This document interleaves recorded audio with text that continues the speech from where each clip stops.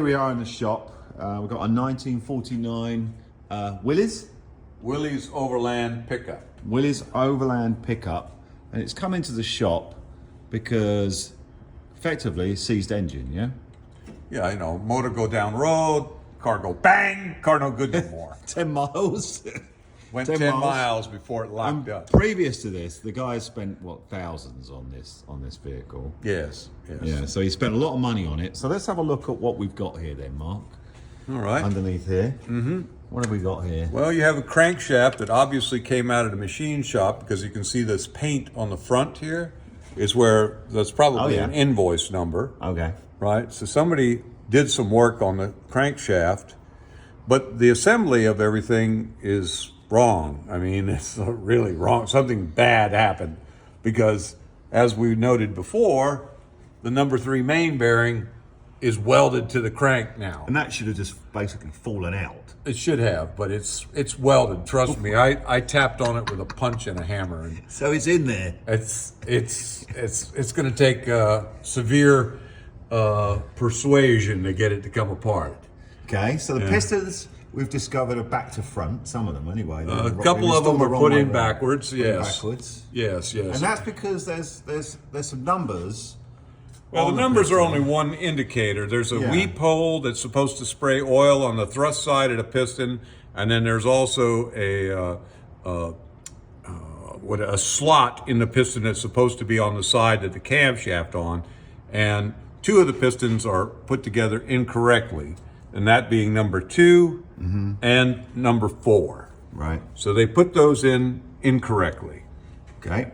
So that's that then. So that's screwed up. Yes, and we have no ideas whether the oil pump is functional or not. We're going to have to look at that and see why we had, it was full of oil. Yeah.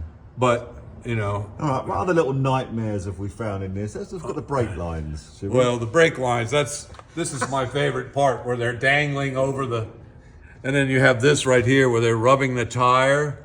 That's a recipe for disaster. Well, it wouldn't take very long for that brake line to just get worn out and for no brakes, basically. Right, basically no brakes. That's hanging down, that brake line there. Right.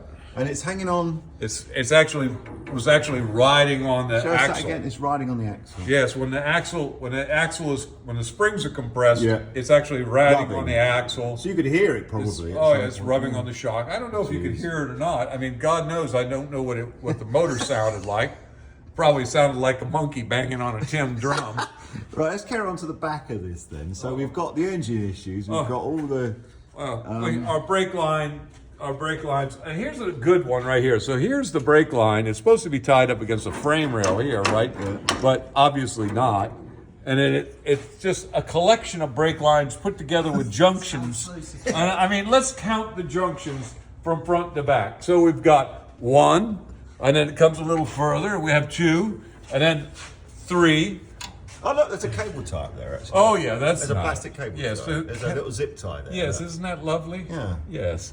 And then, of course, the brake lines are just hanging over they're just kind of floating in the air there, right? And the best part about it is probably when it's on its springs, it's not fouling the fuel line.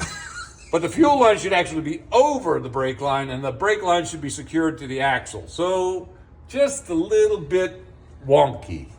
Just the tiniest bit wonky. Can I use my English term, dog's dinner? Dog's dinner, yes. But what's really great about this is that instead of, and you have to understand something, there's supposed to be a flexible rubber hose from this line to this junction block.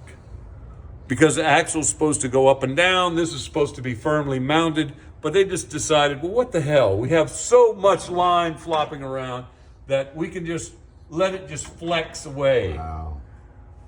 Wow, look at this here. Look. So look at this brake line here.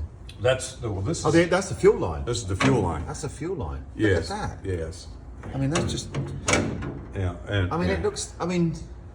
So this is a good example of a truck that looks nice on the outside, but when you start getting underneath it and looking at, obviously it's coming because the engine is seized, but then you start looking further into it and seeing all these issues, and serious ones. I mean, certainly with the brake line, that rubbing against the tire. You know, it makes you wonder the sobriety of those that were working on it. Yeah. You know, because this is really, it's dangerous. This thing is Yeah. like driving around. Even if the engine had continued to run, it would have been short order. He would have been driving and had no brakes. Yeah. And then he would have a serious problem because, I mean, just this right here, where the brake line does not have a flexible hose, but just is hard lined right into the axle. I mean, that's wrong. That's going to break eventually.